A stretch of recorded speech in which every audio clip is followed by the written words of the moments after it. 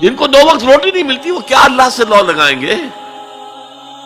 جو 10-12 گھنٹے دن میں کام کرتے ہیں وہ رات کو کہیں جاگیں گے، کھڑے ہوں گے اللہ کے حضور؟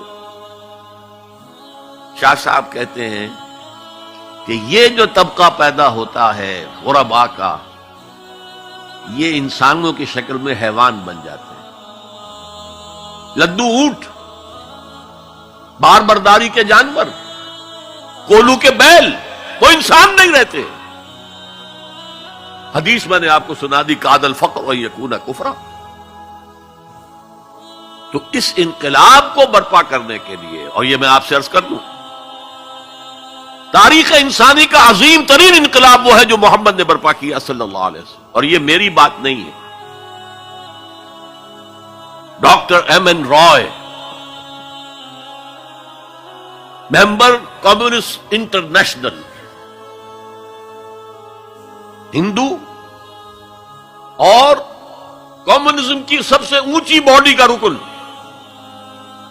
1920 میں بولشوک ریولوشن کے 3 سال بعد 1917 میں انقلاب آیا تھا، ایک لیکچر دیا ہے لاہور میں، بریڈلا ہال میں،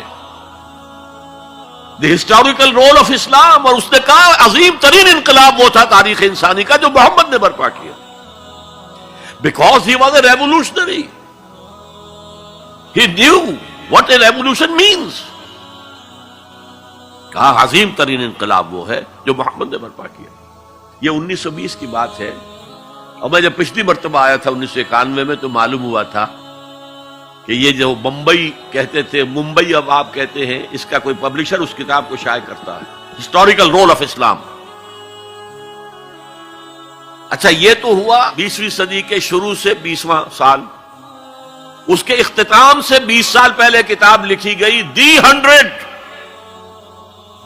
یہ ہندوستان کا ہے مین رائے، اور وہ مینہٹن کا رہنے والا ڈاکٹر مائیکل ہارٹ۔ اور دی 100 کیا ہے کتاب؟ A selection and gradation of the most influential personalities of human history. 100 آدمی چن لیے تاریخ انسانی کے عظیم ترین، جنہوں نے تاریخ کے دھارے کے رخ کو موڑا ہے۔ عام آدمی تو تاریخ کے رخ کے اندر بہہ جاتے ہیں، جو رخ ہے چلو تم ادھر کو ہوا ہو جدھر کی۔ کچھ لوگ ایسے بھی دنیا میں پیدا ہوئے ہیں جنہوں نے تاریخ کے دھارے کے رخ کو تھوڑا موڑا ہے۔ تو سلیکشن میں تو 100 نام گن لیے، اور پھر گریڈیشن کی، سب سے زیادہ کس نے موڑا، پھر کون، پھر کون، پھر کون؟ اور نمبر 1 پر لایا ہے محمد کو صلی اللہ علیہ وسلم۔ جو کتاب اویلیبل ہے آپ پڑھیں، اور بڑے خوبصورت الفاظ اس کے ہیں۔ Naturally I O an explanation, میں عیسائی ہوں، حضرت مسیح کو نمبر 3 پر لے گیا ہوں اور محمد کو نمبر 1 پر رکھ رہا ہوں، تو یقیناً مجھے کوئی نہ کوئی اس کی ایکسپلینیشن دینی ہوگی، کوئی توجیہ کرنی ہوگی۔ اور پھر اس نے وہ جملہ لکھا ہے جو میرے علم کی حد تک کسی مسلمان کی رسائی اس تک نہیں ہوئی۔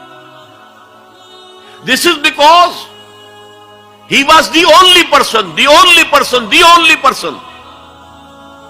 who was supremely successful on both the religious and secular fields۔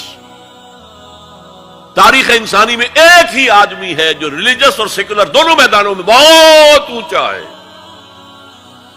باقی سارے کیا ہیں؟ یا مذہب، روحانیت، اخلاق میں اونچے ہیں، تو ریاست، سیاست، اس سے کوئی سروکار ہی نہیں۔ حضرت عیسیٰ کا بھی یہی معاملہ ہے، گوتم بدھ کا بھی یہی معاملہ ہے۔ اور یا ادھر ہیں اونچے شہنشاہ ہیں، بڑے بڑے فاتح ہیں، تو دوسری طرف زیرو نہیں بلکہ مائنس لیول کو لانا پڑے گا۔ ایک ہی شخص ہے، وہ کہتا ہے ایک، دی اونلی، اسی لیے میں نے 3 دفعہ دہرایا ہے، the only person who was supremely successful at both the religious and secular planes۔ یہ ہے حضور کا انقلاب۔ برپا کس سے کیا؟ کتاب سے کیا۔ چنانچہ 3 مرتبہ وہ الفاظ آئے ہیں قرآن میں کہ آپ کا مقصد تھا دین کو غالب کرنا، اور اس کے لیے طریقہ کار کیا تھا؟ 4 دفعہ الفاظ آئے،